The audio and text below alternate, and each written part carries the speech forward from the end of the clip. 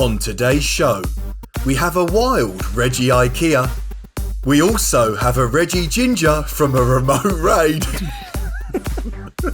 And lastly, we've received 2 Reggie robbed from the GBL Pokemon encounter. Welcome back to, I knew you were going to do that. Welcome back to Incensed Podcast, episode number, it's me again, I've got no idea. Where are we at? 110. 110. What comes after 109? 111? No, episode 110.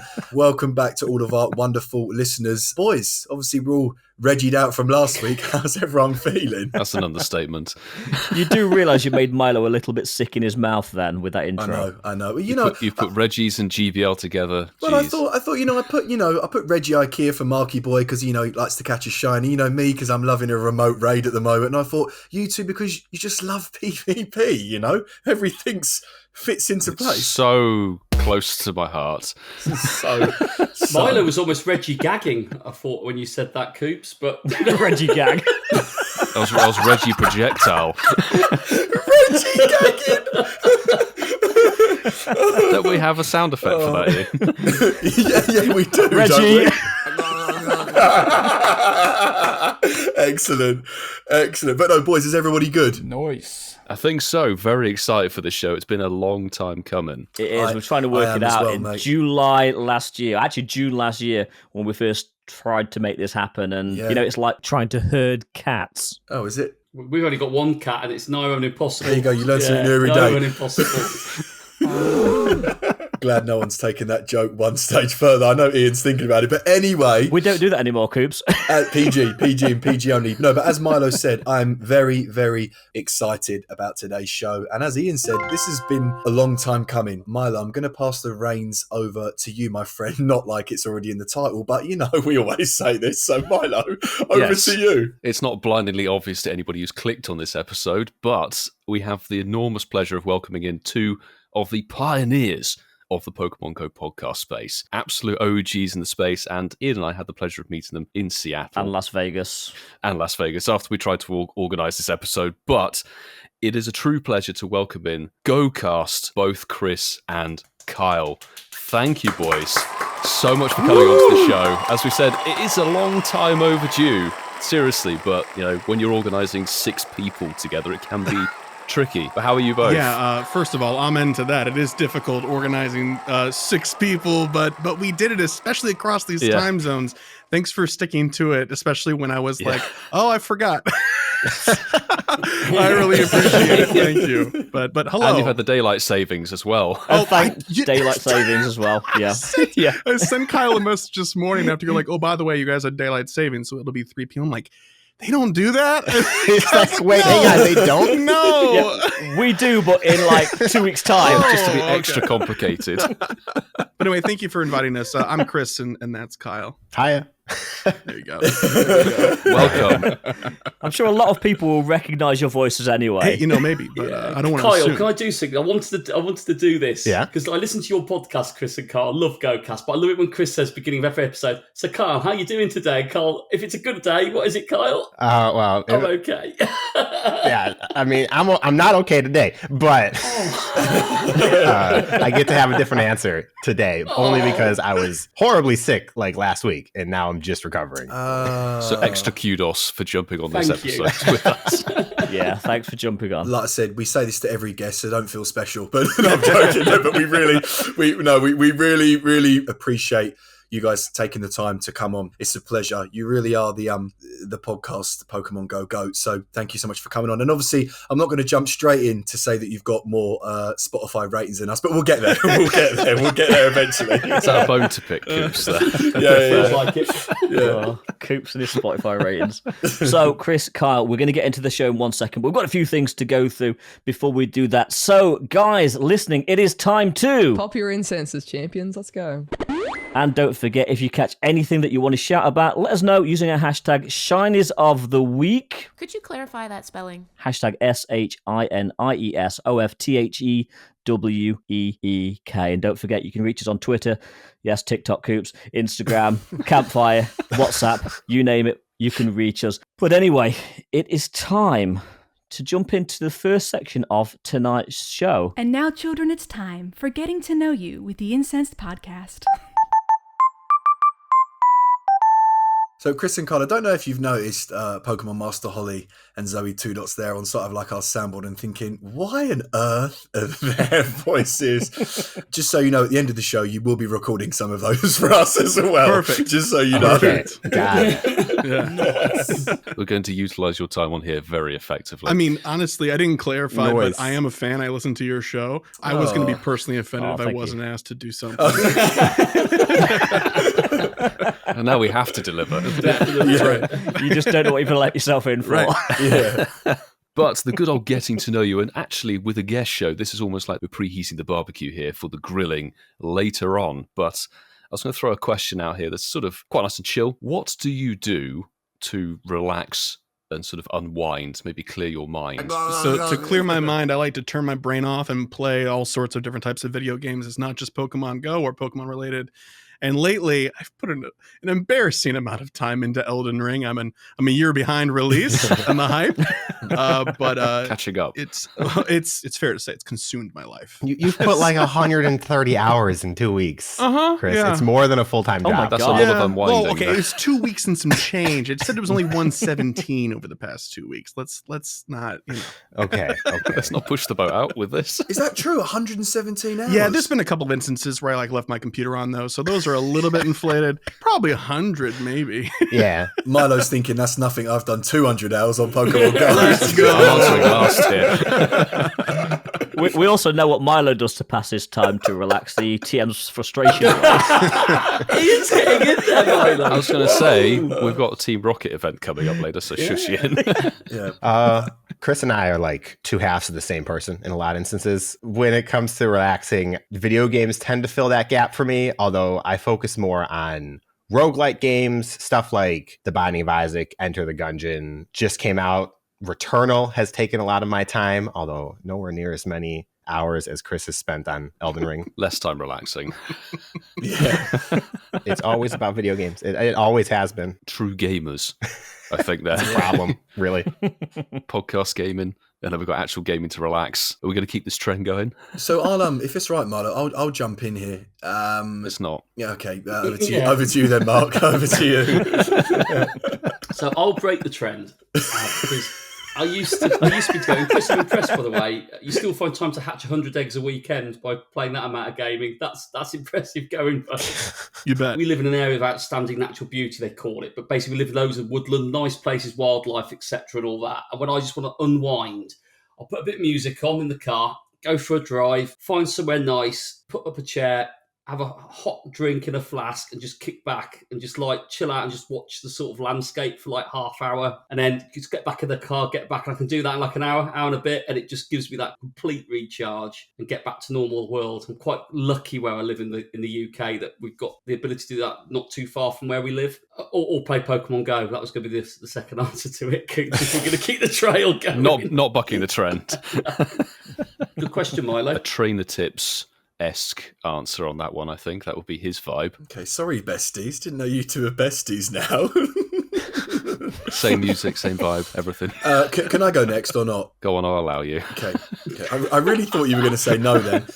This answer for me would have been totally different 6 months ago. But where I'm at right now, life is busy, life is crazy, not complaining, absolutely loving it. But genuinely, I'm not just saying this, like, this is such an awful answer, but Pokemon Go really is what I do to, like, relax, because I'm such a casual these days and turn it on for, like, 45 minutes, 30 minutes per day, because that's kind of all what I've got time for.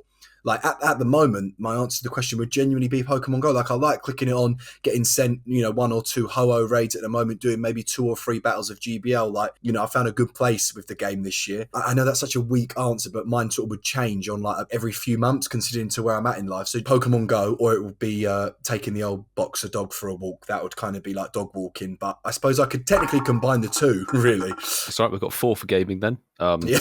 Ian? You're not going to get 5. When you first sent this question through, I actually did think, genuinely, what is time to unwind? Genuinely did think that. Then I thought, okay, well, I sleep. But if it was to go one step further, I get very little time to unwind. So sort of petrol prices, or for the Americans, gas prices, was what it is now, I used to love just going for a good sort of 5-6 hour drive and just chill out and just open up the engine on the open road. But nowadays, not so much, because that can be quite expensive, certainly over this side of the pond. I'm not going to say James Bond, Coops, don't worry. But I guess really I do enjoy watching a good movie or some sort of good sort of box set on Netflix. Yeah, you like a Netflix series. Yeah, I forgot you do. Yeah. So I do like just to catch up on a little bit of Ian, you know TV. what you could do? You could just replace a 5-6 hour drive with a 1 to 2 hour drive. It probably costs the same. Yeah. Well, no, because when I drive to London to do community days, it's still like stupidly expensive. Literally, I mean, we're paying for a litre of petrol what the guys in America are paying for a gallon. That's how bad it is. Yikes. Insert sad violin. That's pretty bad. Anyway, Whitfield, I guess I've just stolen your answer, but let's see if I did. You sort of have, really. Much like yourself, don't really get much time to unwind. Pokemon Go is very full on, so I can't really claim that's unwinding time because you're on constantly. And neither is editing the podcast. So very much, I would love to be able to just hit the open road with some good tunes on. Me and my car is my space, and it's been like that ever since I started driving. MySpace, that's a callback. I didn't clock that one. Maybe I'm too young. No, I knew he was going to say that, Ian. Ian, were you too old though for Bebo? I don't even know what that is. Yeah, Coops. yeah, too old. Anyway. Getting back to it, despite petrol prices or whatever, because the frequency of which you can go for a drive to unwind is very, very rare, but that's genuinely what I'll do, and hopefully it won't be pissing it down with rain like it has been recently in the UK. Chadlington, Whitfield? Pray for some good weather, yes, or go to a farm shop. But there we go, we're a handful of gamers, I think, given what we do for podcasts and stuff. It makes actually a lot of sense. Mm-hmm. So thanks very much, chaps. But Coops isn't going to be Mr. Game. We're handing that title over to Reggie IKEA. Chasing the tail, chasing the tail. Tail to chase, it's chasing the tail. Oh, I've got to explain this game now, haven't I? I'll be Reggie You confusing. You actually have. Reggie IKEA uses confusion. That works with IKEA instructions, actually. Yeah, exactly. Do you read them?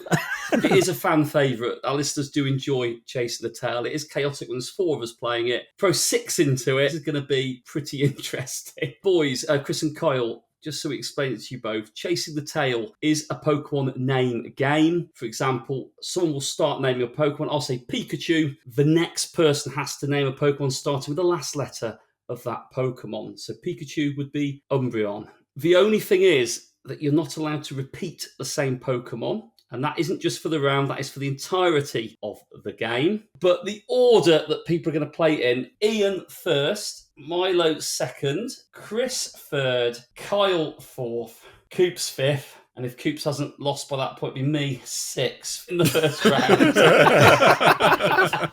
And I'm Chris and Carl as well. Oh, no. Just because Mark forgot, you cannot hesitate for too long. We give you about 3 seconds maximum. But if you do hesitate, you'll hear this. And you're out. Thanks, All right. Thanks, Chris. I was just about to say that actually, but thank No, you. you weren't. You casual. Playing it for me. Okay, so tonight's starting Pokemon is Onyx, Xatu, Umbreon, Natu, Ursaluna, Apon,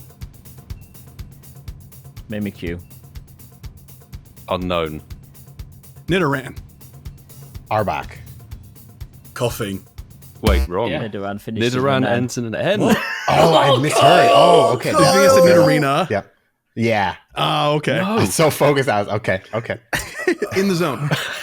I saw Chris look up there and go, GOCast, you're wait a minute. sabotaging We're too yourself. polite we are on this. We're like, let me carry on. I thought about that. It just took a second to register. Boys, should we give him another chance? No. Sorry, Kyle. That's okay. Actually, I back Milo on this one because Coops, you'll be moaning if this is a 3-hour show. Okay, yeah, fair. Carl, I did try to have your back, bro. So basically, because obviously you are the loser of that round, you now have to start off with another Pokemon, and I'll continue, etc. for round 2. Okay. Arcanine, Eevee, Empoleon, Nidorina, Ampharos. Seawaddle, Nice. Aerodactyl. Oh, it's an A. Oh, no. God damn it. Now that is catastrophically wrong. God. Both vowels, no though. Way. You know? No way. Look what's on my screen. Speak of the devil. Chris, I hate you. Okay. That's all right. That's not the first time I've heard that. No. Marky boy. Also, Ian, by the way, the Nidorina killed me off there. That was very funny. Okay, so. Well, that's what Kyle thought Chris had said. Yeah. Okay, Masterful 27, your Pokemon for round 3 is Regidrago. Obstagoon. Ninetales. Salamence. Entei. Nice. Igglybuff. Ooh. Floret. Esper. Raichu. Uxie. Ooh. Eevee. No, I've said it. Repeat. I said it. I'm repeating. You're out. Ian, you're out. Oh. Ian, you're out.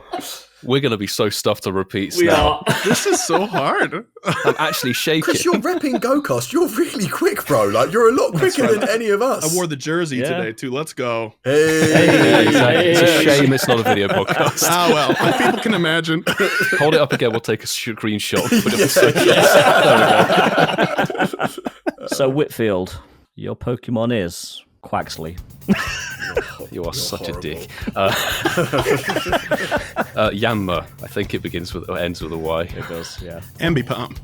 Noibat. No, Ambipom ends with an M. Oh. Oh, Chris. It does actually, yes. Yeah, Oh, it yeah. does, yes. Okay, this is a duel. This is podcast versus podcast for the fates is final. on it. Milo, you're fighting for Incensed. This is actually tense. Chris, I've got your back for GOCast. Come on, mate. Oh, you got okay. this. I wouldn't. I don't know. I'm kind of at the end of this is a facade. This confidence, I promise. It's okay. No one can tell.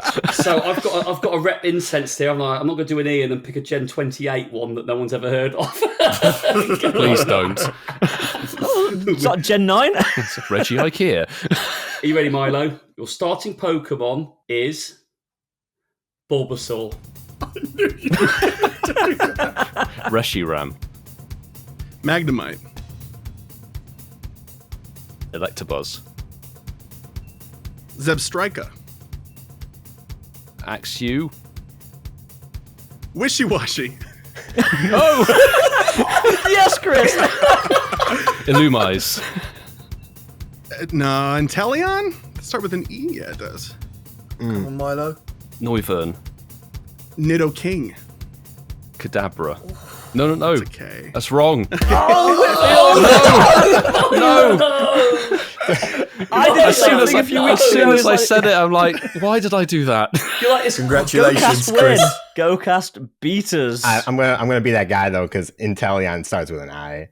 Does it? All right, well then I me. lose. Yeah. Oh! I didn't interrupt in time, and you guys You went to should the next interrupt one. in time. You're oh so my good God. at it otherwise. So, So Milo! GOCast steal the victory from themselves. yes. Yeah, I gotta be honest. Someone in the comments somewhere is gonna be upset if we didn't. True. So. It would be all over socials. We don't actually have video replay, though. Kyle, it's funny because Ian actually likes triggering people, so he might actually leave it in. Maybe I will. Let's put No this to the way. vote. Who do you think won? Great game, by the way. Smashing effort. Great game. Yeah, that was Yeah. fun. Wow. Mm. Yeah, GG's. No, Kyle, I'll be honest. We appreciate your honesty, mate. But yeah, Incensed won. We're better than GOCast. Thanks, mate. True. So it's like 4-2. We didn't set any terms prior. Did we have to do anything? I don't understand. No verbal contracts in place just yet. Oh dear. Well, I was almost right there, wasn't I, boys? I thought Coops was going to go out in the first round, but he stayed true to form and was out early. Kyle, thank you for being honest. It was definitely Incense 1, GOCast 0 after that game, but very good, and hopefully we'll have a round 2 in the future. Thumbs down, lose. So everyone, Professor Willow needs everybody's help in a new event. We're going into... It's the news. So trainers, it's time to go. It's all hands on deck during the Let's Go event. So Let's Go event starts on Tuesday, March the 21st at 10 a.m. Nice. to Wednesday, March the 29th at 8 p.m. and their local times. Meltan is the feature on this part of it. Nice. And the key to catching Meltan is definitely nice, but it is also most definitely the mystery box, which can be obtained by selling a Pokemon from Pokemon Go to Pokemon Home. Nice. Or the Nintendo Switch titles, Pokemon Let's Go Pikachu or Pokemon Let's Go Eevee. When you use the mystery box during this event, you might encounter Shiny Meltan if you're lucky. But now we've got the new mechanic, you will also have an increased chance of finding XXS or XXL Meltan during the event. Wow. A little bit to this I think is more exciting, and it is definitely nice as well, is that Pansage, Pansear and Panpour will be appearing globally. We all had opportunities to catch those at the GOFest events that we had last year. For the first time this year, we'll be appearing in field research in the wild around the world. This is your chance to go and hunt them all down. Nice. As exciting as hearing that Pansage, Pansear, and Panpour are coming back yet again, I feel like maybe if you missed the initial fever during GoFest, that maybe this is exciting. But this is also exciting. It's a Ditto change-up. Ditto appears to be transforming into different Pokemon in the wild, and as a reminder, it can be shiny if you are lucky, and that should be underlined and emboldened in any of the articles talking about shiny Ditto, because you got to be pretty lucky. But there's new Ditto transformations. Ditto appears to be transforming into different Pokemon in the wild, and the following Pokemon will appear more frequently in the wild as well. Which ones are actually Ditto? What a question. Who knows? Only Niantic does. Diglett, Grimer. Do they though, Chris? Do they? Do they actually? I don't know. I hope so. Sometimes. I think we have to work with the assumption that they do in order for this to work generally, right? This is probably the Pokemon that aren't going to be Ditto on this and everything else will be like Polytoads just spawning in the wild and they're all Ditto or something bizarre. But the new Ditto transformations, or rather what it can transform into in the wild and therefore you catch: Diglett, Grimer, Snubbull, Corphish, Starly, Roggenrola, Timpole, and Litleo. These are all shiny possible. Noise. And I have to, every single time we have a list of Pokemon in a pool, I have to ask Kyle just how bad he might think that pool might be. So, Kyle, what's the highlight here? Do you think you're going to be actually looking for any of these Pokemon for Ditto transformations or what? I mean, I'm not going to be, but that's only because I don't need a Ditto. Someone out there needs a Ditto, and they're rarely happy right now. It's true. Let me tell you, can we take this list and just pin it in the to-go page for like the next 6 months? Because I never know what can be a Ditto. Yeah, it's facts. Yeah. What is unclear about this section, though, is that it says the following Pokemon will appear more frequently in the wild, right? So this of the pool. It doesn't say the previous forms won't be still available that could transform in the past. I'm not entirely sure. So maybe they're just adding to it. They could. No, I think the first line says that. I think Ditto appear transformed into different Pokemon means that this is the comprehensive And then on list. top of You would hope that's the pull. more frequently. Okay. That's a good read. Let's go with that. Kyle, I feel like me and you should start a podcast, just casuals, a Pokemon Go podcast. I don't know. Would it be Casual Go? Would there be enough positivity? Because Chris helps balance me out a lot. I gotta say, every time we record with another show, they're always like, Kyle, I want to record with you. I'm like, what? Everybody wants to just record with Kyle. We like the negativity. I like a bit of positivity. There you go. Look, Chris, you've got Ian. I'll take Kyle. But All anyway, right. We're making dodgeball teams here. Yes. For the event bonuses, to be fair, you might want to dodge these. Oh, no. Reduced waiting time for opening the mystery box. Marky Boy already touched on that. 2 times candy, not XL, just normal candy for transferring Pokemon. Because we all really need that. Increased chance. Mark's already said this. The XXS and XXL Meltan. Nice. What is the point of that anyway? An increased chance of finding and we've already mentioned that. So basically, the event bonuses are what we've already touched on. But we are going to have some wild encounters. The ones that can be shiny are going to be Diglett, Grimer, Snubbull, Corphish, Starly, Pansage, Pansear, Panpour, Roggenrola, Timpole, Litleo, and some trainers might find Trubbish. Why did that work so well for you? It's hard to be more intentional than that. I'll be honest, I'm with Milo. I did not plan that, but that was perfect. That was... Life works well, doesn't That it? was perfect. The last one, which can be shiny, is going to be Galarian Stunfisk. Amazing for Great League if you've just started getting into PvP. Stop drooling, Coos. If you're sort of... Yeah. And obviously, again, like Carl said, might encounter this one, but it's not shiny, but it's going to be Goomy as well. So that's the only one that can't be shiny. Am I not getting the last one then? What's that all about? Finishing off the last two. What the heck? Self-importance. Actually, do you know what, Mark? I apologise. And the last one is drumroll for Mark, everyone. Clarify the spelling. Wrong button. Sorry. One sec. It is Goomy. Perfect. Screwing the jokes. It's Goomy, and that's the only one that can't be shiny. But anyway, we've already had that said. But Goomy, been in Research Awards and in another event. So, yeah. The raids for this event. The only ones listed are 5 stars and megas, which we actually covered when we did the whole season thing anyway for March, wherever it was. Basically, you've got Incarnate Form Thunderous for a smidge of time, March the 21st at 10 a.m. your local time through to Tuesday, March the 28th at 10 a.m. your local time. And then Lugia will switch over for what will be the final bit of the event, really. And they say it runs until April the 10th. And the megas, you will have Mega Venusaur coinciding with... Incarnate Form Thunderous, March the 21st to 28th, and then Mega Alakazam will run alongside Lugia from March the 28th until April the 10th. Marvellous. And what would an event be without field research task encounters? And doing field research task encounters will give you the 3 little monkeys, Pansage, Pansear, and Panpour, which all can, if you're lucky, be shiny. Damn, so no Diglett tasks. No, sorry.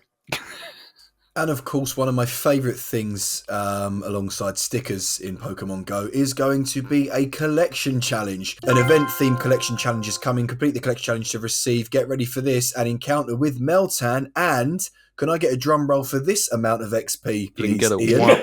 wah. 5,000 experience points.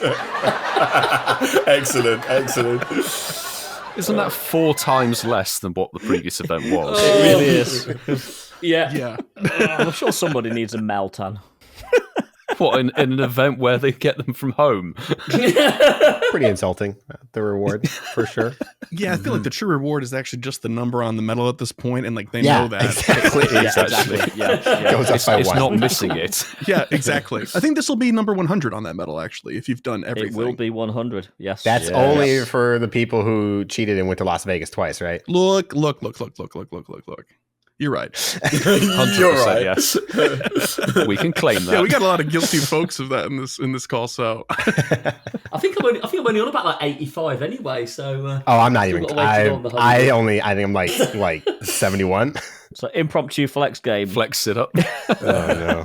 What's the opposite I'm of sure a flex? 3 of you have 'Cause got that's what I'm 99. doing. well, it's a flex that you don't care. You know. It's my game. It's my game. No, we're not doing it. Anyway, moving on. I'll go first. I'm on 99 currently, so it'll be 100 for me. 99. 99 for Chris. Yep. I'm 99 as well. Let's go. I knew my number. I was 72. Yeah, so. there you go. Oh, I've got 48. So sorry, Carl. Is that you laughing at me? Sorry, a little bit. Kyle genuinely thought he'd lost it then. There's a little smug laugh there. I'm not the most casual. I had a break for a year, Carl. You'll be pleased to know. Coops won't even make the half century with this event. All right then, Ross. Another part of the news, we've got the Team Go Rocket Takeover from Saturday, March the 25th, 10 a.m. to Wednesday, March the 29th at 8 p.m. local time. Big piece of it is it's saving Shadow Rejoice, Reggie Kia. I don't know. I'd rather Reggie Ikea. Giovanni's icy demeanour is as chilling as ever. This time his plot includes using Shadow Rejoice, where no one else really uses it, but he's giving it a go. We should just tell Giovanni to keep You it. say that, bro, your strat's wrong. I wish at the end, before you call it, you could say, "Would you like no transfer it back to Giovanni?" No, actually, you can keep this one, man. Just Well, you can't just run away from the balloon. Just There'll be leave a it. new special research story which will be available at the beginning of this event. Progress through it to receive a Super Rocket Radar and save it for the next rotation. You can claim the special research up to the end of Season 10 on June the 1st, 23 at 10 a.m. local time. Event bonuses. Team Go Rocket will appear more frequently at Pokestops and in balloons, and you can use a charged TM to help a shadow Pokemon forget the charged attack frustration. Our favourite charged attack. Love it. As we know with any Rocket takeover event, there'll be new shadow Pokemon. There'll be a new wave of shadow shinies coming in the form of the team leaders from Arlo, Cliff, and Sierra. But, and this has got me rather excited, the new shadows that are coming in. I know Coops will probably say something about GBL and PvP with Shadow Alolan Grimer, probably Shadow Famfi as well for Domfan, but finally, Shadow Trico and Shadow Torchic. Mudkip's been in Rockets for like 3 years. It's been a while. On and off.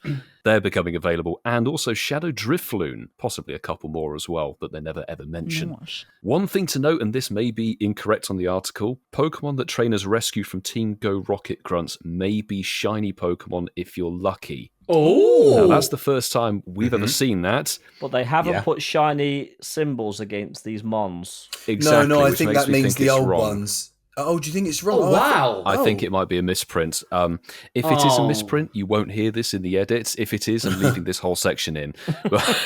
Name a shame. Anyway. They should do this. Yes. For all grunts, people would do them. I sorry, I see what you mean. It says that it's basically insinuating these Pokemon can be shiny, but there's no shiny symbols.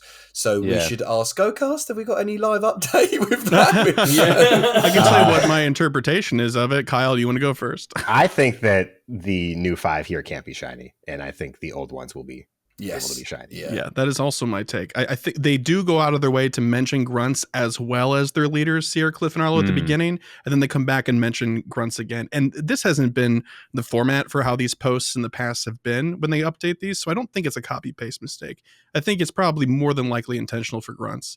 But yeah, sadly, I don't think these 5 are going to be the ones that are shiny eligible. So go hunting Shadow Shiny Weevil peeps. And of course, like with every other Team Go Rocket takeover event, they like to remind us and put it in here like it's changed or something like that 12-kilometer eggs do exist. The following Pokemon can currently only be found by hatching 12-kilometer eggs. It's the same list. Larvitar, Absol, Skorupi, Sandile, Scraggy, Pawniard, Vullaby, Dino, Pancham, Skrelp, and Salandit. It's the same pool. It really is. It hasn't changed a single mon. No. Kyle, do you want to remind us which ones can and can't be shiny for the Intrepid? Half the list can't even be shiny, of course. Larvitar, Absol, Skorupi, Pawniard, Vullaby, and Dino can all be shiny. And of course, you're only ever going to find male Salandite, so don't bother. It's all going to happen. Top tips from GOCast. Thanks. So completing field research will award you a mysterious component. Wow. Actually, I quite like those last time. I remember I said I enjoyed those from Pokestops. It made it a bit You used to easier. enjoy Poffins as well back in the day. Yeah. Still not been banned yet, bro. So I've got a question for the group about one of the event bonuses. Actually, I just thought of. So one of the seasonal bonuses for this entire season is that Team Go Rockets appearing more frequently at Pokestops and in balloons.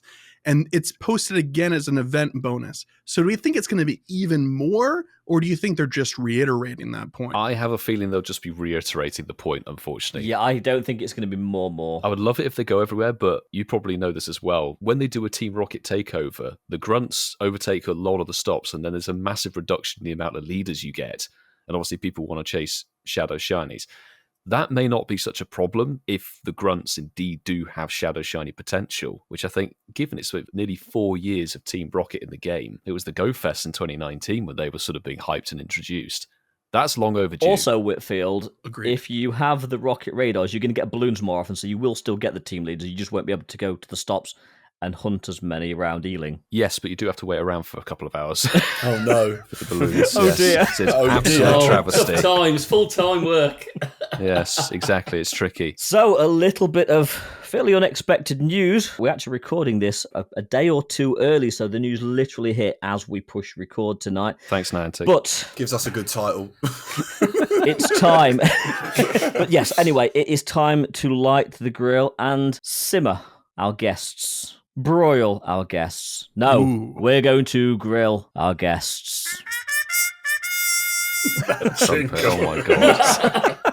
So, Chris and Kyle, this bit is all about you. So, we're just going to be firing questions at you, and they can literally be anything. We just want to get to know you a little bit better, and so that the audience gets to know you a little bit better. So, we'll go around the room. We'll ask a few questions. Feel free to both answer. Chris, Kyle, how did you both meet each other? How do you know each other? How did you meet each other? That'd be really interesting. Kyle, do you want to take it?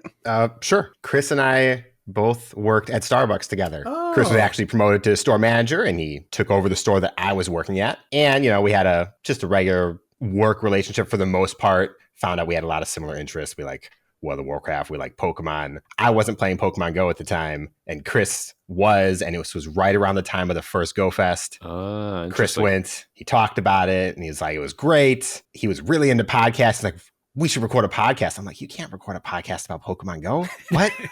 What's there to talk about? And he's like, nah, we could totally do an hour a week. And I'm like, well, I don't know. And eventually Chris found another job and left Starbucks. And after that, we're like, yo, let's try it. That was right around the time of 2018 GoFest. And we just tried it. And now we struggle to keep our episodes under 2 hours. Yeah, you do long shows. You really do. It's a task to keep them short, is what I should say, not to have them be 2 hours, because my goodness. What is your definition of a short episode then? Probably 90 minutes, under 90 minutes. Yeah. I could never. You're never going to get Coops on board then.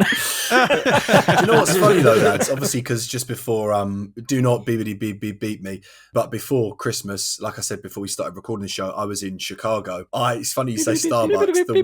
The one thing that I took away from that trip was you guys have a Starbucks. I swear. There's like 4 on every street. I was like, yeah, we did like an open top bus tour, and I was saying to my mate, I was like, bro, there's another, and like every time I'm going on these like Pokestops, I'm like, it's like Starbucks and another Starbucks, then another Starbucks, and I was I literally mad Starbucks everywhere in Chicago. It's great. That's why Milo and I love going to America. So much coffee. Yeah, we have a problem.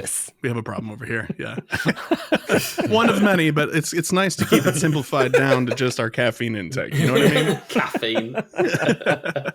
Coffee is great. Yeah. When we normally do the meetups down in London, we'll always start at Starbucks. It's a good communal hub, isn't it? Really? Yes, it is. Yes. Yeah. Who's Starbucks' arch rivals in Chicago? Then do you have anyone else who does coffee? Did you leave Starbucks to go to the other side, or did you just get out of the coffee game altogether? Starbucks. I got out of coffee to a different field, but I don't know, Kyle. Who would you say is the contender? I mean, like a few come to mind, but I don't know. At least in the suburbs, it's Dunkin' for sure. Yeah, donuts. But barely. Yeah, barely.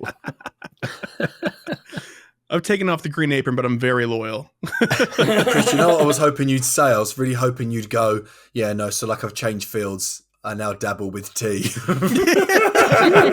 That's right. That's right. From bean juice to leaf juice, and that's it. No, we ditched Ian Juice, didn't we? We ditched Ian Juice a long time ago. Anyway, moving on. Moving swiftly on. I'll throw a question out there that's quite basic. Obviously, both of our listener bases are big into Pokemon Go. Just talk a little bit about what got you into the game. I know, Carl, you've just sort of said basically Chris almost forced you into the endeavor. You will play this game because I like it. Just talk about sort of introduction, like how you picked up the game. If you don't play Pokemon Go, you're on dishwashing duty. It's on dishwashing duty anyway. Oh no, we don't. Everybody does that at Starbucks. Everybody does that. Does it depend on the Pokemon Go level, where you were in the store? Oh man, I wish. So you start dishwashing, then you move to the counter, and then that's the barista. Yeah, I feel like the hierarchy of difficulty might surprise you, actually. But yeah, I picked it up. I was really excited about it when they were doing those that Google Maps event that they had like a year before this game came out, right? And then that trailer came out that it looks nothing like the game that we're still playing 6 or 7 years later. But like where like that Charizard's on the bridge, or no, sorry, the Charizard's on the mountainside, and there's like a Snorlax and a Gyarados fighting on a bridge or something like that. I remember that. Yeah. Oh man, I want that experience so bad. One day, that's John Hankey's vision. Yeah. One day, John Hankey's vision is that nobody will ever sit down ever during the day, not once. Always on your feet. He's going to ban chairs. That's right. He's going to ban. Yeah, he's using all the money to profit. Well, they do work for Google. They all have beanbags, don't they? There you go. Yeah. But I mean, I just love Pokemon, and I was like, oh man, this sounds awesome. And so I downloaded it a day early, switched my store to the Australian store so I could try to get it a day early, played it a bunch, and then put it down during that usual period of time after like about 6 months that a lot of people did. Yeah. That were day one players, and then came back around the middle of Johto release, Hoenn release, and been playing ever since. But yeah, I don't remember. Did I truly bully you, Kyle, into playing this game? Yeah, I mean, I would believe it. You just have to refresh my memory. It doesn't take a whole lot to convince me to try something. Peer honestly, pressure. if I was already interested and liked Pokemon for my whole life, so it didn't take much. It also helped for my own Pokemon Go journey. I downloaded the game when it came out because I like Pokemon, obviously. At the time, I was playing another mobile game, and that mobile game took 17 hours of my phone screen time every day. So there was no room for another game. And also, I thought Pokemon Go was missing a lot. So I stopped playing after maybe a month or two. I was also in college at the time, had different stuff going on. And when Chris talked about it while we were working, I was like, okay, I guess I'm going to re-download it. And then community days started happening, and I'm like, I actually have reason to like go out and play. And then that basically just ignited the interest and saw what was actually there. And it's only improved since then. Fair. Now, we'll get into talking about your podcast and podcasting in general in a few questions' time. But in terms of Chris and Kyle, do you have any other outlets for your creativity? Do any of you do PvP? Do any of you do YouTube? Do any of you do anything outside of the podcasting genre? Well, I went to college for graphic design. So that was originally the plan of my creative outlook. And careers didn't pan out after college, and it kind of just fell away from me. And so the podcast is really my only creative outlet for the most part. I feel like I use the podcast as an excuse to do all sorts of different things. Like I was doing a stream a little bit ago, I think over a year ago now, time flies, where I was doing like, drawing stuff with Pokemon Fusions on stream. We did a playthrough of Red version and Crystal version together on stream as well. Yeah, I feel like most of the extra creative stuff circles around the podcast. The only other thing is that I like a lot of people over the last couple of years, I might have spent a little bit too much money on something that I spend a lot of time with. And I bought a drone, and I love flying that thing around. And, I live out in the middle of kind of nowhere out in the suburbs where I'm at. So there's a lot of great landscapes. So I guess that technically qualifies as a creative outlet. God, love a drone. I love it. I Yes, never fly aerial mine, ever. B-roll. Yeah, I used to do. I've just Because you crash them, Ian. I've only ever crashed 2. My current one's never been crashed. 2. But I just don't fly it anymore. 2. Oh, no. Kyle, do you mind me asking? I really love your guys' thumbnail. Did you create that from your graphic design? Chris actually came up with the idea, and I helped refine it after like a year because we looked at it and it's like, ooh, this is rough. He upscaled it from the 10th of a size that it was. Yeah, Chris made like it was a little bitty JPEG. It was ugly. Yeah. Nice. But Kyle made it beautiful. Nice, it's nice. Awesome, I love it. Okay, so boys, my first question to both of you is a bit of a serious one, not to dampen the mood. How do you get so many ratings on Spotify? We have a great answer. Chris has a great answer for this one, though. Yeah. Oh, do you actually genuinely? I'm only taking them. It's okay, sort of. okay. Yeah, so we make sure that we shout it out like you guys do already, but we also take answers from our Pokepoll from the interaction of the Q&A stuff on Anchor, now Spotify for podcasters, right? So that drives a lot of eyes there. And then in the same breath, we recommend that people leave a review, and it's very easy, free, yada, yada. I feel like a lot of people listen on the mobile app when they listen on Spotify and less from the desktop app. So it's closer to 1-to-1 than it is for other avenues of reviews. Chris forgets one thing, though. Since episode, 75, we basically complained that Spotify didn't have ratings. Every episode, we're like, no ratings. When Spotify gonna do it? So once it happened, we had a lot of people were like, oh, now I can go do it. Yeah. So that definitely had helped at the start. So you hyped it up, essentially. Yeah, we did. So Google Podcasts is our next target. We got to shame them into existence. Exactly. To be fair, it's a good technique. I just normally say, look, get your auntie's phone, get your mum's phone, and give us 5 stars. Coop just normally begs. Yeah, be careful, Yeah. Ian, be careful. My serious question to you, obviously that was a serious question, but my actual question to you guys is, like, who are you? Like, who is Chris? Who is Kyle? I know you said briefly how you guys met, but like, who are you? What's your background? Where did you grow up? Just give us sort of like a few minutes each just about your life, more about you guys, like who you actually are. Yep, sure, no problem. I grew up. Okay, in thanks, Chicago, Carl. Chris, proper. what about you? Every time. Sorry. Carry on. But I grew up in Chicago proper, right on the border. Nothing special really for me in my upbringing. I got 2 older sisters, a younger sister, but my parents are divorced, so I grew up by myself. Like I said, I went to school for graphic design. I still really like graphic design. It just never really panned out for me. I've been working at Starbucks for, Lord help me, 7 years in August. Would love to leave, but also still really like being there. That's kind of me in a nutshell. I don't have a lot going on for me outside of video games and Pokemon Go. He's also very good at Monster Hunter. There we go. Which is notable. Skill. Monster Hunter is a difficult game. You're very good at it. To be fair, by the way, not many people can actually make a good coffee, so it's a good skill. Trust me. Every once in a while, I'll have someone say, "Wow, this was really good." I'm like, I didn't do anything different. Thank you. Yeah, I appreciate it. I take the compliment, but yeah. I love a Starbucks. Me being a gold member for a while now. Anyway, Chris, what about you, buddy? Flex it up. Flex it up. Kind of similar to Kyle in base stuff. I grew up in the suburbs. I was further away from Chicago, though. Always was kind of like an artsy sort of kid. Did a lot of musical theater in high school. Did choir through college, band, jazz MT. band. You're an MT baby like me. Dope. I love that. Yeah, that's right. Yeah. Have you been in a musical before? I have. Yeah. Have you? I've been in 8 of them. Really? I love musicals, man. I never get to talk about it, so whenever I do, this is great. Anyway, I don't want to belabor it too much, but should we, musicals are we'll great. leave you two to it. Start a new podcast? Yeah, let's do it. Chris still hasn't seen Hamilton, so that could be your first episode. But on purpose. Bro, I've seen it. I haven't seen it either. I've seen the Disney. Oh, mate, I'm desperate. One of my best friends is in it in the West End. Seen it on Disney. No, I want to see it on stage first. Oh, okay. He hasn't even heard any of the music except in passing. I don't want to ruin it. Obviously. Don't do this to me, Kyle. Hey, it's coming back to Chicago. Okay. All right. Chris, well, maybe honestly, we can... it's insane. Oh, my God.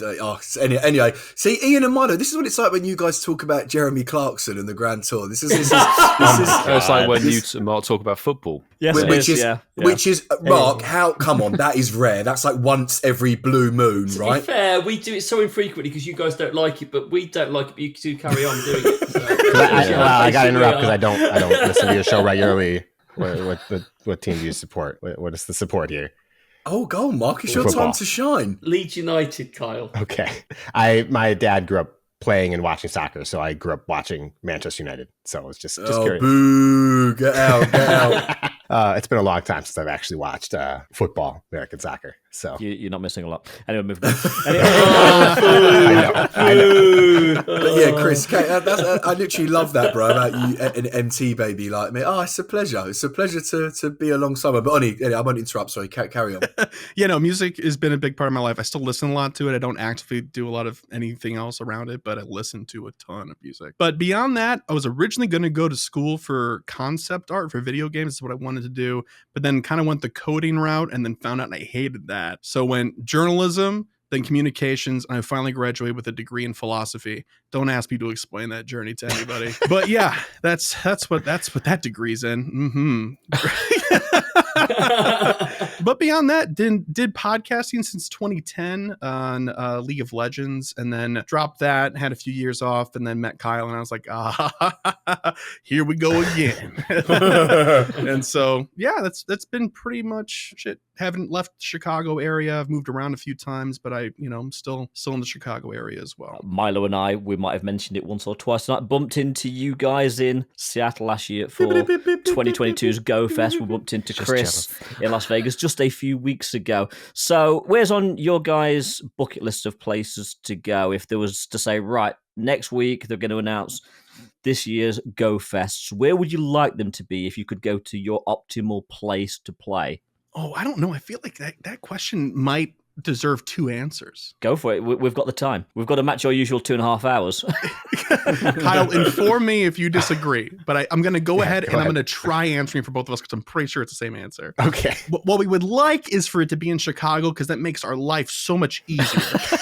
And Chicago's great to play. But if we had a dream And Grant location, Park's an amazing place to play. it is. Yeah, It really is. But if we had to pick an ideal location that, like, you know, we were going to get to go to, our dream, we've talked about going to Japan together for years at this point. And obviously the past few years made that literally impossible. We're looking forward to that. I'm assuming we haven't talked about it in a while because it's kind of a sad topic for a bit, but yeah. I still sit on Japan at some point, I think, for both of us. Yeah, anywhere in Japan would be amazing. I should clarify, I have been to the UK. I've been to London and to Italy. Those places are wonderful. I don't want other people being like, what about the UK? What about, I don't know anything. I mean, you know? in terms of visiting, not Pokemon, UK and Italy are like top 3 or 4. So I'd love to go to the UK and actually get to see a soccer game that is enjoyable to watch and not one of the local teams here, because it's not enjoyable.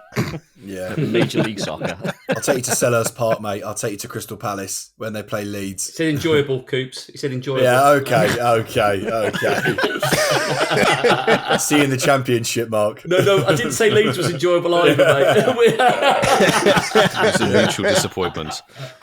Yeah. So, boys, you guys have been going a long time. I did see the other day, you're on, like, is it episode 227.5 is in the tube, technically, yeah. Yeah, I was going to say... Like 4.5 years, is it? Yeah. It must be about that, yeah. What, July 1st, I think it'll be 5? That'll be our 5-year anniversary? Yep. Which is nuts. Congrats. Happy anniversary. We're not there yet. You know? Yeah. No, well...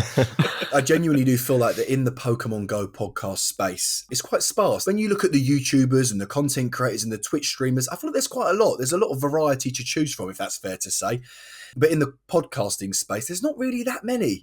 I would confidently say way under 10, unless you guys correct me in regards to purely Pokemon Go. Would that be a fair comment to make? If you clarify shows that have gone past like 5 episodes, are like just consistently around, I think that's probably a fair estimation. Probably a little lower than that, maybe like 7 or 8. Yeah. I always are very grateful for these 3 guys, and you know, we're very proud of what we've created and we're very proud of our journey.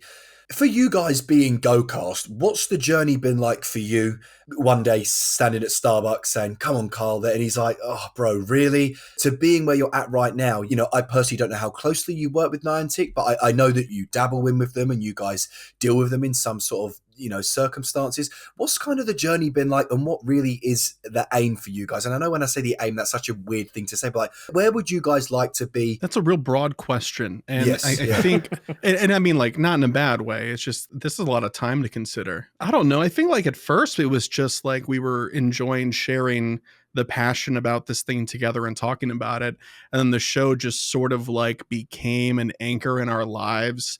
And as we went through other things, it was a very comfortable, like, even if Kyle and I are like not seeing eye to eye on literally anything or everything else, we'll still sit down and record. That's just what we do. And there's a lot of benefit in that personally, or at least for me. I don't speak for you, Kyle, but for me, I definitely like having the stability and looking forward to it. And even weeks when I'm not, when we sit down, I'm like, oh, that's right, I love doing this. I mean, I think I agree. I think just in general for the show, for me, is consistency has made it great to do, especially once we got out of like episode 45. After that, we kind of started to figure out what we were doing and we're able to be more consistent about it, build the rest of our lives around it kind of thing. And that really kind of brought a lot of the joy into doing it. Did you ever think, like, you know, when you started, did you ever think you'd sort of be here? No, absolutely not. We probably had conversations at the start, 5 years from now, and we're like, this hasn't got to be here. What are we talking about? No, I mean, something might be here, but this probably won't. Like I mentioned before, I had a pretty broad history in podcasting with League of Legends prior. I was in 2010 with a bunch of my high school buddies. I was on that show for about 6 years. The show is still ongoing. It's 10 plus years old now at this point in time.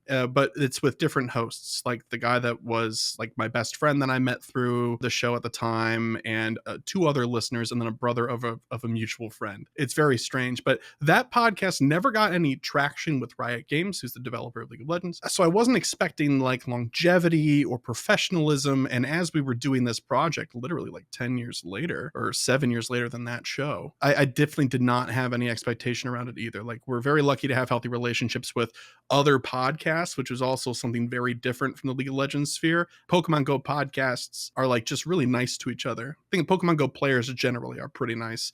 in comparison to the toxicity in other gaming communities, right? Of course, people are going to fight or whatever, but generally speaking, Go players are like really great people. That kind of leads into another question, and it's one from our live stream, actually, from Sue Hermes Ninja. Obviously, we do listen to your show, and you don't always see eye to eye on everything. How do you handle that, and how do you navigate through the disagreements? We keep the arguments out of the show, because like if we see differently about something, we can go at it. It's usually not until like 2 hours later that we realize, hey, I actually misunderstood you. Oops.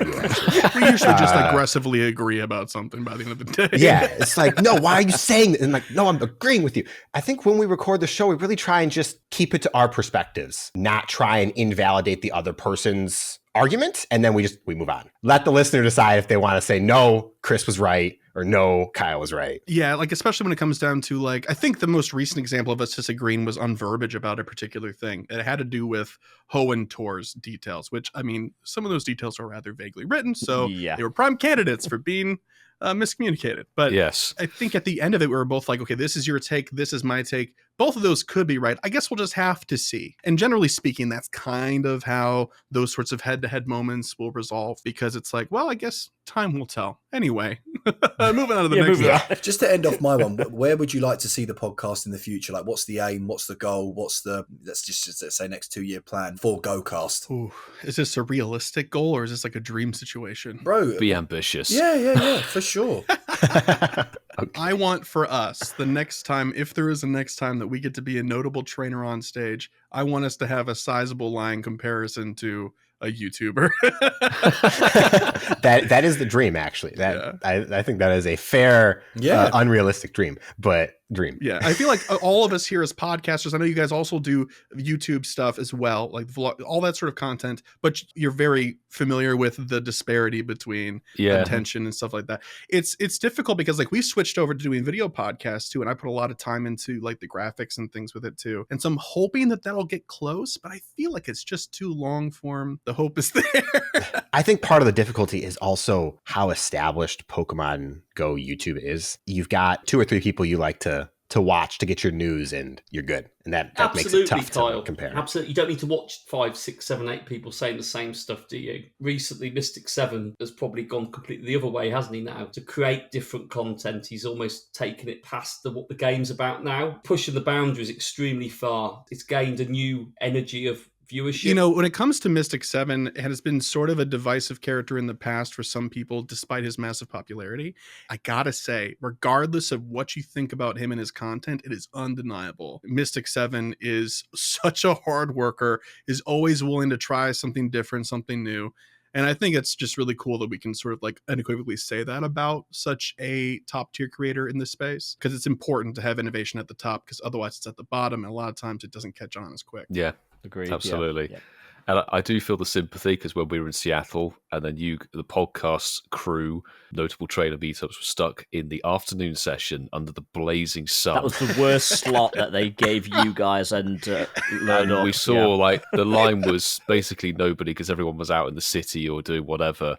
We had Ken doing interesting artwork and posting it to us over the stage. Yeah, it was that interesting. We cannot post what he gave us. They were pretty good though. Oh, did you see them? Yeah, did you see them? Oh yeah. Oh yeah. I think Chris and Carl signed one of them. I think we did. Probably. Obviously, I wasn't there, and I just thought about this off the top of my head. But like, wouldn't it be a good idea to maybe link like the top 4 or 5 podcasts together and have like a pod? Do you know what I mean? Instead of just like, I don't know, maybe that's an idea. Anyway, sorry. So interestingly, that was kind of close to what the idea was there, except that the first day we were also paired with Zoe 2 Dots and Yaya, who's one half of Couple of Gaming. Yeah. And there was Steve Cernley from It's Super Effective, the 2 of us from GOCast, and then Ken and Adam from Lured Up. And I'm sure everybody here is familiar with most of those names. And the line the first day was long, but they were there to see mostly Zoe and Yaya. And so then beyond that, we had Yaya and then the 3 podcasts as well. And so it was interesting. Day 2 is much different. The thing I love about the podcast platform is people can listen to it while they're playing the game. And that for me is very different to YouTube content. I think our listeners are the people that are playing it. And I mean it seriously, boys. You know, I've been listening to your show probably for the last year now. You know what? I like the 2-hour podcast because it takes me approximately about 2 hours to get to work and back in a day. So we just want a new release it. Perfect. I can listen to half of it on the way out. And the other half on the way back. It's a very unique audience that we capture. When I saw you both as the notable trainers recognised, I was so really proud of you both. Keep it up, boys. Seriously, keep it up. No, and likewise, like I said, I'm a fan, so please keep doing what you're doing. As far as like unique shows are, the four of you are very, very unique.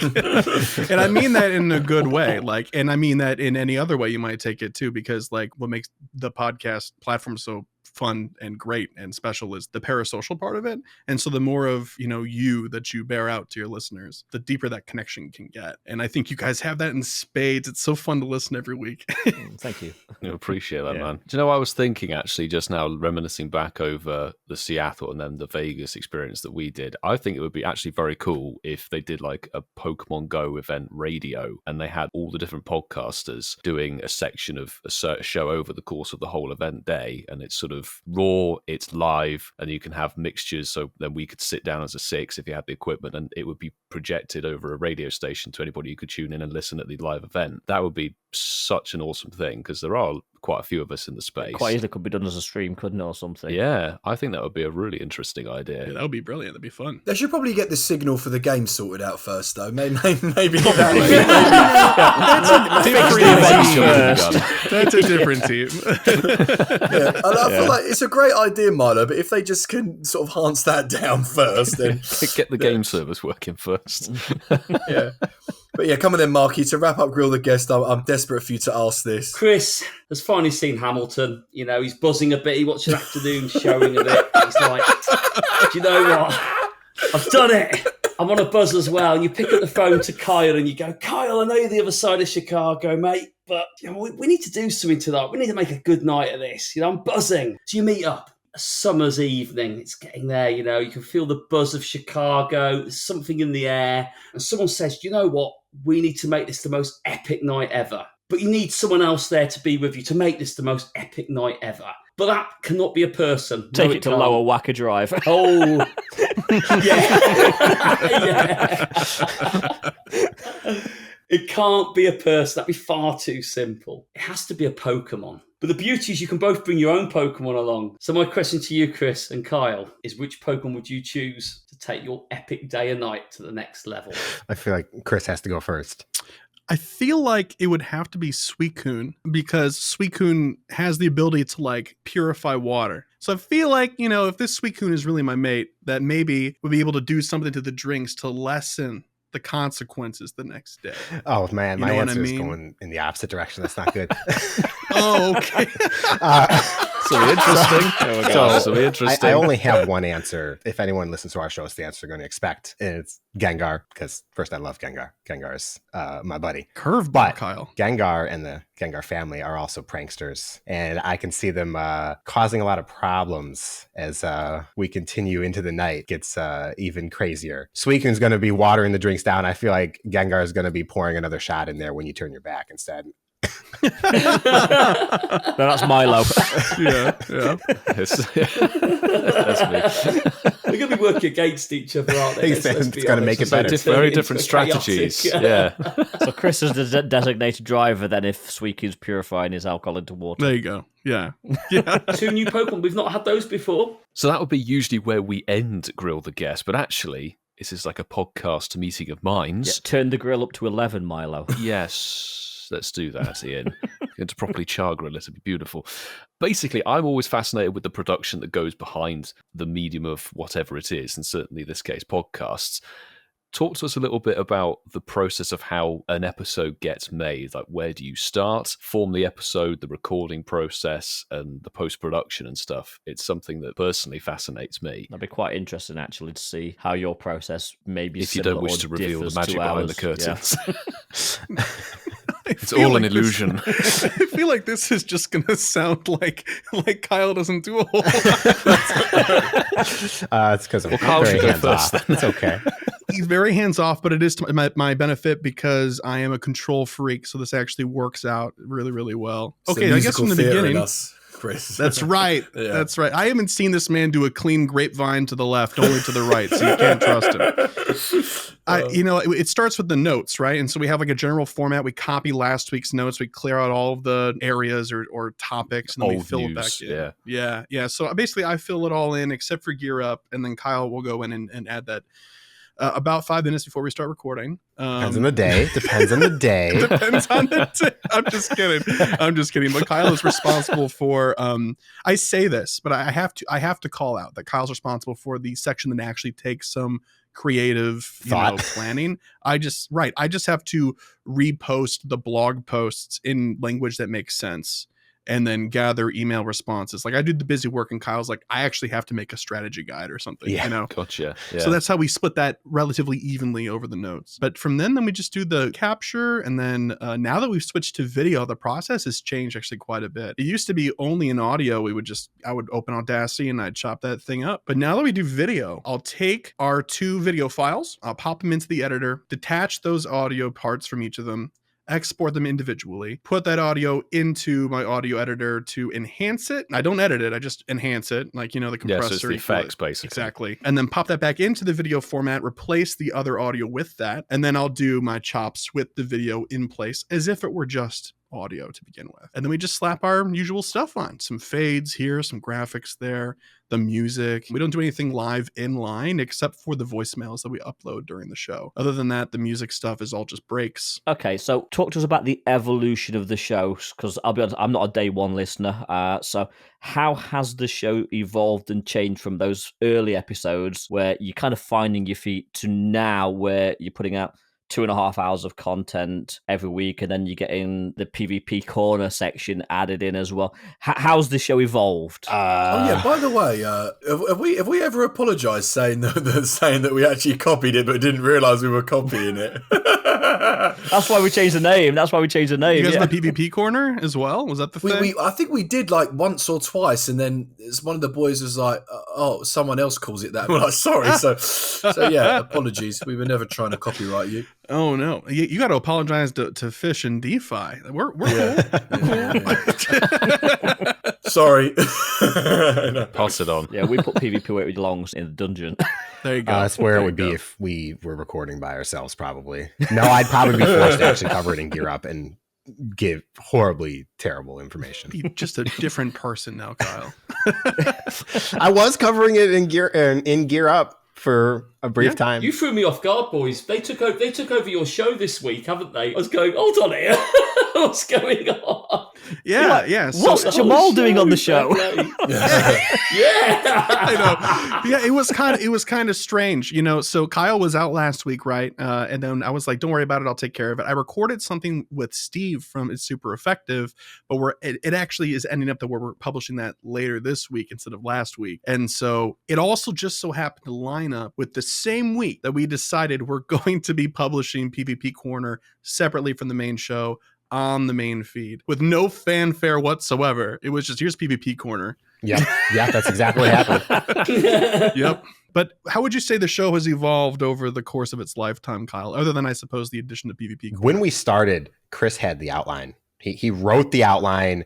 He had the idea of like something in the place of Gear Up, and I just like fleshed out. And we have not deviated from that outline since the start. We've refined it. We've gotten better at it. But I think the biggest thing that's changed is just how comfortable we are at producing the product. Probably around episode 100, we're like, all right, we can just probably bang this out basically in our sleep because we know the flow of our episode. And that also makes Chris's job of editing a lot easier. Yeah. And also, I think like that's really important to listeners like to latch on to, right? Is that, you guys have your sound effects and soundboards, and you have common sayings as well. So I know this is not falling on deaf ears here at all. But, when we go through and Kyle does his emails and stuff like that stuff is what a listener will look forward to. Yeah. And also, we look forward to it. Yeah. I love hearing Kyle sing every week. It's hilarious. It's great. Speaking of like the editing and stuff, what's like the funniest, strangest thing you guys have had to sort of You're laughing. Okay, you know what I'm going to say. Well, I know the answer I want to give. I just don't know if Chris wants us to give it or not. Is it family friendly? Can you describe? No, it's not family friendly. It's not family. Oh, was this the most recent thing that we had to cut from? No. It's the old. Can blooper. you make it a bit PG? Well, I can keep it real simple. Okay, go ahead. Do you want to finish the question? Because I did cut you off with my laughter. No, I think it's funnier because then if you tell the story and that's not what I wanted to know, then it just makes the whole thing funnier. Okay. Well, I thought you were going to ask about something really bad we had to edit out of the podcast because sometimes not always PG or we mispronounce something really funny or whatever. Yeah, that's bang on. That's what I was going to ask. That's bang on. I couldn't remember. We'd have to go back and look at the clip. I said something was a Freudian slip, and it absolutely was not even remotely related, but the context made it very funny, but absolutely could not have it in the show. Was that the same time that I said Vulvasaur instead of Venusaur? I think it was the same bunch of episodes, but not the same episode. Yeah, there was a streak of weird episodes there. Vulvasaur. Yeah. But I didn't even finish the question, Carl. I could just see you cracking up. I was like, he's got something here. Yeah. I wish I could remember the full context of it. Maybe Chris will go dig it back up again later, but it was very funny. It had to be shared with our group of friends that we could not share to the public because TPC might not be impressed. No. Maybe not. No. But no Gen 10 Pokemon. I think outside of those two examples, though, anytime that Siri feels like she needs to interrupt, that's always a good time. Because my Apple Watch, I don't know, just sometimes she's like, I don't what? What are you Mine talking does it about? all the time. Yeah, it's awful. It's I don't so get weird. It. My Siri's really good. It never interrupts. Yeah. I don't know. Maybe we just flip our wrists a whole lot more than other people, Milo. I mean, we gesticulate quite a lot. There you go. Maybe. Yeah. Got those jazz hands. Yeah, the jazz hands. You look down and go, your watch has got a paragraph of text of what you've just said. What is it doing? Oh, man. Well, gentlemen, I'll tell you what, boys. Are you feeling a bit grilled? Are you feeling good? Grill marks all over. Grilled to perfection? That's right. Grilled to perfection. Really nice segue then, Carl, without you even realising. I'll tell you something that wasn't perfect. It was the release of Regidrago, the Elite raid situation, which literally happened a week ago. Very bizarre experience. If I'm correct, they messed up and then they had a makeup event, but then the makeup event also messed up as well. So now they need a makeup of a makeup event for Kiribati and Australia and New Zealand. What do we think of Niantic constantly releasing these new updates, these new events, these new things, and progressively, time and time again, Australia and New Zealand really get it. They really get it. Yeah, it is kind of a shame that APAC just keeps getting the short end of the stick. Yeah. There are other times when you can clearly make some sort of through line argument of this is a new feature, or that the way that this broke makes sense and it was quickly fixed, or they did a makeup event that was just banger, right? That's not the case with this one. And I feel like that's the big problem. Usually I can see it as oh, yeah, okay, it makes sense. Running a game's hard. It makes sense. They did something new. It's difficult. This isn't even the first Elite raid that we've had. Those worked fairly well, from what I recall. People didn't like them, but they worked well. And they broke it twice. The same errors. Same errors. Yeah. Okay, come on. I feel so bad for the APAC region. We say Elite raids. We've had raids for years now. It's not a new feature. I think the problem dials back to they hadn't put all of the information for the mon in, had they? From what I understand. What boggles my mind with that is that they sort of fixed it, and here in the UK things ran smoothly. There were no issues. There were then issues on the East Coast of America, which actually ended up impacting the championships that were going on. There were lag issues and things. The whole server was having a meltdown. People got kicked out of raids, and then it was okay going through the rest of sort of America. And then when they did the makeup for New Zealand, they had exactly the same issue again. So there was something very deep-rooted in it, even to the point going beyond that they actually hadn't finished building a Pokemon in the game. I said to somebody, it feels like they've got 50% of one employee there and they're not paying attention. How do you put no Pokemon? It didn't even have the camera settings, apparently, for it to be in the correct distance position. settings for throwing the ball. The distance, the the throw circle was off. It was fundamentally not finished. And then when it was on, I think Zoe said you had to throw the ball as if you was like throwing it a million miles. But when it got to Europe, it was a really easy throw. Do you know what it is, though, boys? I think it's because Regidrago, everyone said it was a dead Pokemon. They thought they didn't need to get it right at the beginning. And then when someone woke up that was able to do it, because they only have, as we know with all these events, they're never awake 24/7 to deal with these issues. You can almost imagine they've had the infamous Zoe 2 Dots tweet. I think it's been messed up for New Zealand.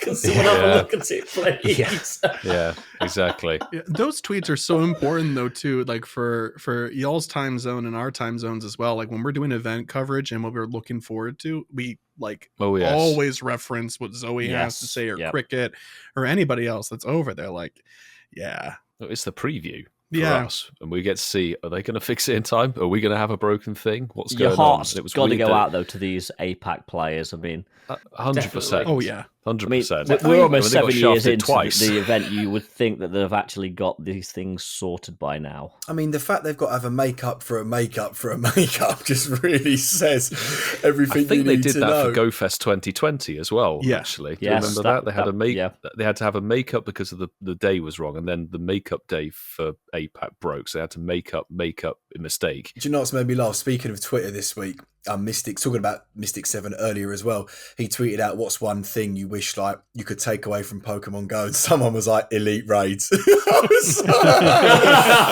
They've been getting a very bad rep, and this time I think fully deserved, because just the system still has many kinks and issues with it. Locking it to EX gyms has always been a tough point, and we've talked about that before, about the locations, and not everybody has access to an EX gym. Not everybody's going to drive maybe 2 hours to go and do one raid, and then, as we saw, Mark had nobody turn up. You may find nobody there. This is the thing, Milo. First of all, the 24 hours, we do not need that. You need 10 minutes like raid hour. You do not need 24 hours that cover up a gym. It's ridiculous. Whoever came up with that, I think the idea behind that is to give people a chance to coordinate and agree something, so that you're not just doing, well, Mark didn't turn up and hoping people appear. Yeah, and if you don't have a community, you can plan around that and meet people. And this is what I did. I turned up. There was 2 raids at the local park. Took the dog for a walk, especially around 11 a.m. because you can't talk to anybody and you don't know who's nearby. Like it's like I turned up and I went to one of the raids at 11 a.m. and there was no one there. And as I was walking around the park, there was a group of 4 people at the other one on the other side of the park. And I was like, oh, like, thank God, like, I've seen you. So I said hello, and then they walked to the other one. So I actually did both the EX gyms that I could, but it's just but like, if let's say there was another way around the park, I would have done Mark. I would have turned up and there would have been people there, but I wouldn't have known they were there. I'm all for get people out and playing. I think it's excellent, the old school real life way. I think it's great, but help us. Yeah. Do you know what actually made this doubly hysterical is literally, was it just before or during? Yes. Yeah. They posted this article about in-person experience before stuff. Australia, Our reinforced commitment to in-person play or something like that. On Friday, they brought in the elite raid and say, we're trying to put people together and do this. And then it messes up. The most catastrophic raid errors I've seen in 3-4 years of the game. I don't think any Pokemon added to Pokemon Go that's been so fundamentally broken as this. What I hope is that Regidrago doesn't have the same treatment, but given actually that the stats and all of that stuff for that Pokemon are also not finished, be prepared. April 9th, it may be a rinse and repeat situation. How are they not finished, Milo? Do you want to hear something hysterical, though, actually? We learned this. So the masterwork Jirachi. I was about to reference that. Yeah. I'm on stage 3 now. I've caught the 5 Kecleon. I've got to spin a stop for 2 weeks in a row. Everyone's going, it's so time gated. There's nothing. It's not really, challenging. It's not masterwork. It's just long. It's because they haven't finished putting it in the game. Well, the assets are in now. They've put some assets in now. They finally pushed the background for Jirachi and stuff. But when they offered you to buy this research, it wasn't finished. So there's a lot of weird things going on with bits of the game not actually being finished and completed before being put in. So how much of that is it not being finished, and how much of that is them trying to make things more of a surprise rather than 6 months ahead of time for Pokemoners? I was about to say, Chris, because the Pokemoners do get all of this information out, and we know a lot of things way before they ever get actually live in the game. So we can only presume. And that hides it, doesn't it? The time gating of the research does hide it. It's just interesting, but you can't get around the issues with a Pokemon that you've hyped up for weeks. Exactly. Yeah. Regidrago. So it makes it there. increasingly difficult to be in Niantic's corner like that. Like, oh no, they're probably just hiding it from data miners or something like that. When these things that do come up to quote unquote fruition, right? Yeah. These Regi raids were just not great. Like, and if they had not worked for everybody, I would probably feel differently about it. But the fact that I caught 6 and all of them were flawless for me, right? Yeah. Like no problem getting in. We had lobbies of 20.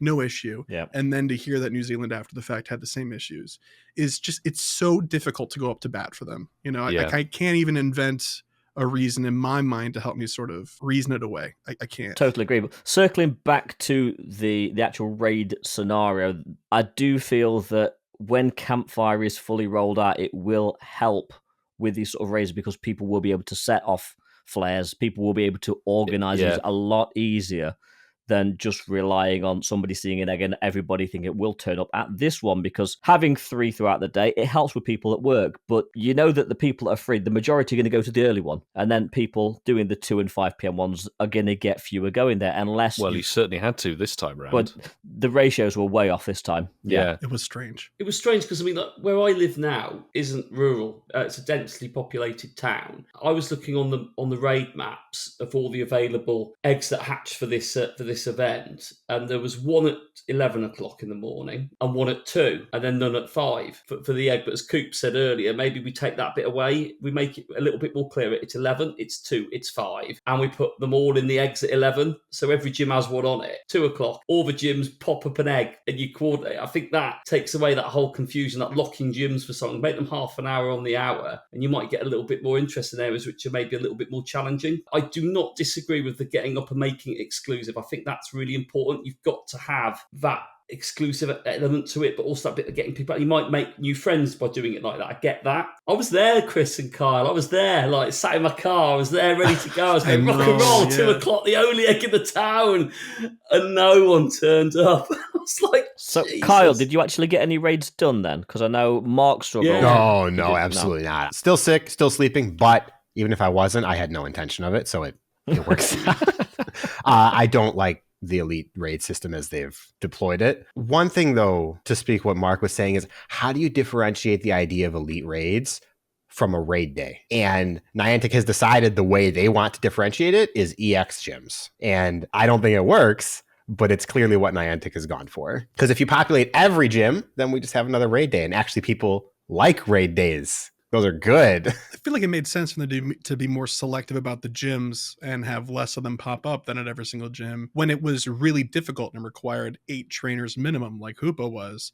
But Regidrago, I mean, I did it with 2 other trainers, and one of them wasn't even level 40. It was duoable. You could duo it. Was duoable. Yeah, you could duo it. Right. And it was like, that is a prime candidate for a raid day. I understand Hoopa, like, absolutely. There's no reason why it couldn't have been more widespread. I feel it's very strange. So aside from like all of the issues that happened to our poor APAC players, the other big complaint was like, these 2 p.m. raids just don't seem to be anywhere that people actually are, because people aren't hanging out around at parks at 11, 2, and 5 on a Saturday.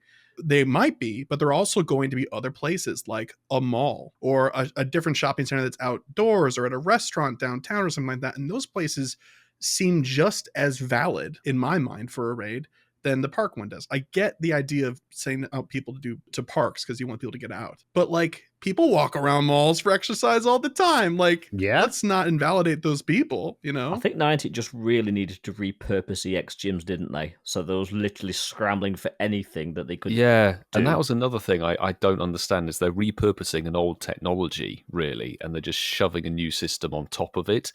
There used to be a way you could trigger a gym to be an EX gym. Back in the day, you could build it up with gym points or make sure it was in a certain cell. And we worked very hard to get as many EX gyms here in my local area as we can. And we thankfully got a good sort of 8, 9, 10 of them across the local area, so you can get a pretty good spread of raids. But not everybody's done that. There's been a lot of work on Wayfarer and Wayspots over however many years. Your last EX gym stuff was Regigigas, I think, in it was early 2020, I believe. There's a system in place, but you can't access it anymore to improve it. And then they're just pushing these new mons into it, saying, go to these bots, go here, go to these places. you're not giving people the tools to try and reap the benefits of a system that you built 5 years ago. So there needs to be some work either on Campfire or rejig the EX Gym system to make them work and coincide, and then Elite Raids may be more feasible, because otherwise you're just going to end up with the same point of people turning up, maybe they've got one or they have none. There'll be tons of people in the world who don't have access to an EX Gym no matter how far they drive. Not everybody has access to Campfire, but even if they did, I don't think anyone's going to spend hours spooling across the map to try and spy one gym for a Regidrago. The problem is, Milo, it's like I went to a town which is densely populated. If you have to drive a long way to find one remotely, potentially, how do you coordinate with people? You're going into there that you don't even know yourself, isn't it? And that's kind of the flaw to it as well. And like you said, the appetite disappears. And those that have tried it, you'd expect people to turn up. People just switch off. But like you said, Carl, actually don't really interest me. I joked with the boys last week I wasn't even going to try and do it. And in the end, I made some time to try it. And now I'm like, I just don't want to do it again now. I'm just like, why really did I bother? Yeah, why did I try? Yeah. We'll have to see if April the 9th is any different or a carbon copy. Just paint Regidrago yellow and just call it a day. Yes. Maybe April the 9th will be different. Maybe it won't be. But one thing that will never disappoint is... Send your WhatsApps now! So, yeah, we've got a couple of WhatsApp messages. And the first one is from Fokie Dokie, and he's talking about what we've just been talking about. So, hello there, my lovely lads. It's Fokie Dokie here, long-time listener, first-time caller. I'm just sat here munching on a couple of ginger nuts and thinking about a positive experience I had with the Elite Raids on Saturday. I was visiting Harrogate, which is a lovely place, but I don't know anybody there. So I was a little bit concerned about doing the Elite Raids. Luckily for me, I know this is a bit selfish, because the local community were probably a bit disappointed. There was only one egg hatching at 2:00, but I knew that everyone would be down at the park then, so off I headed, and sure enough, everyone was there. We did the raid, and then, because you had to make friends to do the research, I got chatting to lots of lovely people in Harrogate. So I thought that was an added bonus and a nice touch from Niantic. Anyway, thanks for all you do on the show. It always brings cheer and chuckles to my Monday mornings. Take care. Bye. Take care. Bye. And that's actually something we didn't touch on, the research, because that was broken for a lot of people as well. Oh, I never got it. I never got it. So, Fokie Dokie, you lucked out. I actually did get the research. It was make a friend, I think, if I remember right. And then you got the... So disappointed about missing that Reggie Steel candy. I know. Yeah. Rejoice, candy, Milo. Rejoice. Yeah, that too. Yep. The next message is from a returning caller, Saul, who called us last week. Saul, if you do listen to this, reach out to us, because we've actually had somebody from that area reach out to us, and we can probably do a bit of a connection and connect you guys up with the local community. So drop us a message. Like the Pokemon Go version of Tinder, aren't It's like the love connection. The Pokemon Go connection. But anyway, Saul's been back on. Hi, boys. Thank you for playing my message last week. Honestly, I was walking around work thinking, I recognise that voice, and it was my own. I completely forgot I'd even sent you a WhatsApp message. So, genuine, you don't know how happy it made me walking around work. I've messaged and emailed in quite a few podcasts, and no one ever answers. So, expect to get one from me every week. More than happy. Honestly, again, great show. You're great. You don't have to play my message every week, but I will be becoming a very number one top fan. I can't remember who your number one top fan is. He's got a name, but I just can't remember it. I want to be him. But I'll have fun with the week, and have a good week, and see you soon. GOCast, I'm just checking that you heard him. He's written to other podcasts and they've ignored him. I don't know if we're one of those or not. No, I'm joking. Could be. If so, I'm sorry. Okay, Chris tells me he responds to every email. So, well, there goes. More or less. More or less. More or less. And we've got just one more for today, and this is quite a short one, but a very sweet message from a long-time listener and somebody that we've all met at Worlds, Spindiana. Good morning, guys. Spindiana here, aka Chris. Just wanted to say good morning and hope you have a good week. I've been listening to you guys for 110 weeks now, so you must be doing something right because my attention span is normally quite short. But also, at the point of recording, I will be celebrating my 40th birthday in York, so raise a glass and I'll speak to you guys soon. Happy birthday, Cheers. Chris. Happy birthday. Raise a glass, everyone. Happy birthday. Spindiana. Happy birthday. Thank you very much for sticking with us. And that is all we've got for this week. But guys, keep the WhatsApp messages coming in because we do love to hear your voices. Ian, sorry to interrupt you. I've just seen that shadow behind you. You know what, Coops? I can see it as well. Is that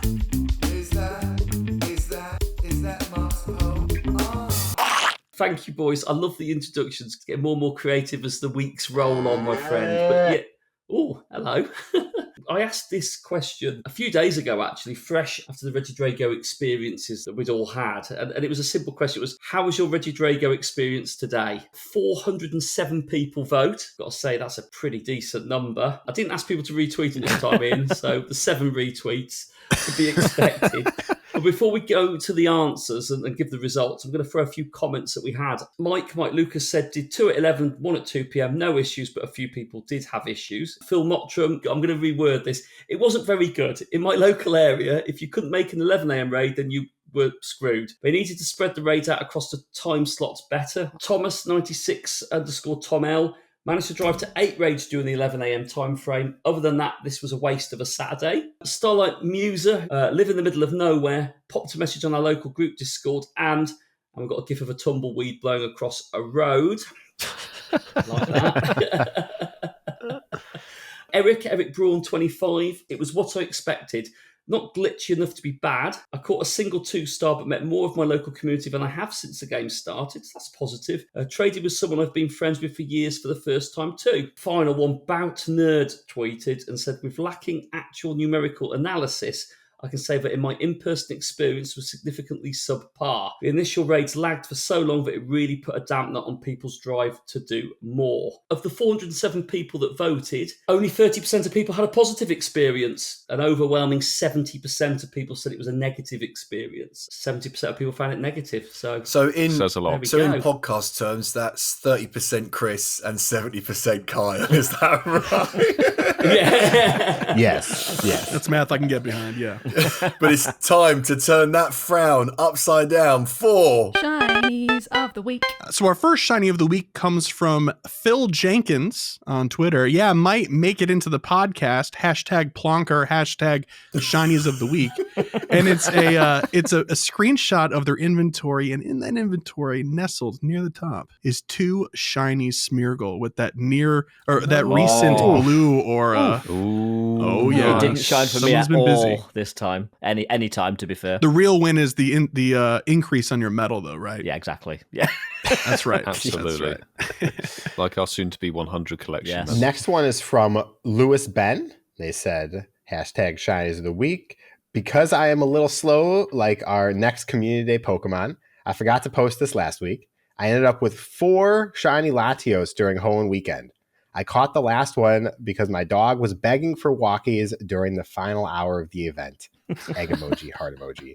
And also, one of them is like a level 2 shiny Latios, which is pretty awesome. Or it's very, very low level. It's double-digit CP. So that's awesome. And I bet it still took about 30 balls to catch.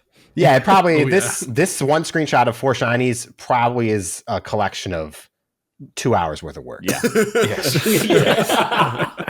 The next one's from Julia Glass, and they said, so happy to finally have this one after having one fully on me many years ago. #Shinies of the week, and then tagged all y'all at your handles. And it is a picture of a beautiful blue shiny Shuckle. I love that one. Love it. Very shiny. Yeah. Fantastic. Congrats. Can't even say the phrase about it anymore, can we? No, we can't, unfortunately. Don't mess with the Shuckle. Yeah, exactly. That's right. There you go. That's the PG version. The next one, though, is from Nakim Brown. They said, and what's behind that cheeky monkey? Well, it's a shiny I've been relentlessly hunting for since its release. Shiny helicopter. Shiny coops. Shiny Helioptile. #Shinies of the week. #Shiny Pokemon. #Shiny Helioptile. #Pokemon Go. 2 very nice pictures of the Helioptile with the shiny sparkles, looking great, and it's all sunburned self there. It's a good shiny. Beautiful. Yeah, it didn't use sunscreen. It's a did it? good shiny. No. Coops, you have been summoned. Go on, Do the sound do effect. it. You know you want to. Helicopter. That's just for you, Nicky. That one's for you. So, Chris and Carl, we are now at the end of the show. Cannot thank you enough for coming on behalf of me and all three of the boys here. I hate doing this because it's quite embarrassing because people probably heard of us through you. But if people don't know who you are, please now just take the time. Where can they find you on all of your social media? What the podcast is, where they can find you. God, I hate doing this. But yeah, just over to you to basically plug your socials, boys. Yeah, I think you'd actually be surprised. I feel like you guys are going to push some people our way. I'm very excited. This will be great. But our show... stop it, you. Stop flirting with me. No, it's true. It's true. We don't want to make Lachlan jealous, right? So, yeah. So for us, pretty much anything, anywhere, GOCast Podcast. The only time you won't find us is going to be like on Facebook because that page has been blown up on purpose. Down with Facebook. What's Facebook? No, but at GOCast Podcast on Twitter. Same on Instagram, although that's really Twitter's the place to be for social media for us. But GOCastPodcast.com and just look for GOCast Podcast in Google search and you'll find the show. You'll find it on any platform you're looking on. We have a YouTube channel. We also have a Twitch channel. The name's the same everywhere. But I do have to say, first of all, thank you so much for inviting the two of us on and for making it work. I know it was difficult to schedule, but here we are. We did it. But thanks from both of us. Thank you very much. Thanks, Chris. It's been a pleasure having you on, as Coops has just said. But I suppose the burning question is, you've put up with us for getting on for 3 hours now. Would you like to come back again, both of you, down the road? Mm-mm. No? Okay. Oh, yeah, of course. Yeah. Not till we've been on your show. show. We have to have you boys on too, because literally that was in July of last year. It was like, hey, you want to come on? Like, yeah, we should have you on. And then just, almost a year later. Pretty sure the four of us are down, but we'd love to have you back. So you've just signed a verbal contract there, and our return is on the stream as well. So you're locked in, man. Verbal contract. Yeah. Okay. And we will see you in 2024, okay. probably. All right. But we do have to wrap up, unfortunately. So if you did enjoy listening to the show, please do hit the follow or subscribe button. So that way you don't miss an episode when they drop and they get automatically downloaded to you. And a 5-star review would be smashing and would ease Coops' burden massively. You can see him start tweaking a little bit when we talk about reviews, can't you? Indeed. It's like a twitch, a nervous tick that sort of comes in. It's a little vein starts popping in his head. Yeah. Please, a 5-star review can help this casual. Just a 5-star review a month. You could sponsor a casual for just a 5-star review. But in terms of thanking people, we of course cannot end an episode without saying thank you to our wonderful Patreon members, everybody who is on the bronze and the silver tiers.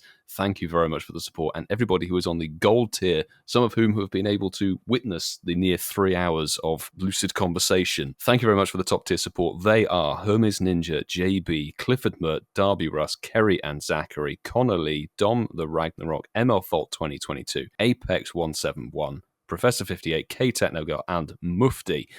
Without that support, we wouldn't be able to polish and make this podcast seem as seamless as it does. So thank you very much indeed. But boys, good news. What? Do not forget that on Tuesday it's going to be Litton's Spotlight Hour, which can't be shiny. All right, well, you enjoy doing that literally on your own. No one cares about Spotlight.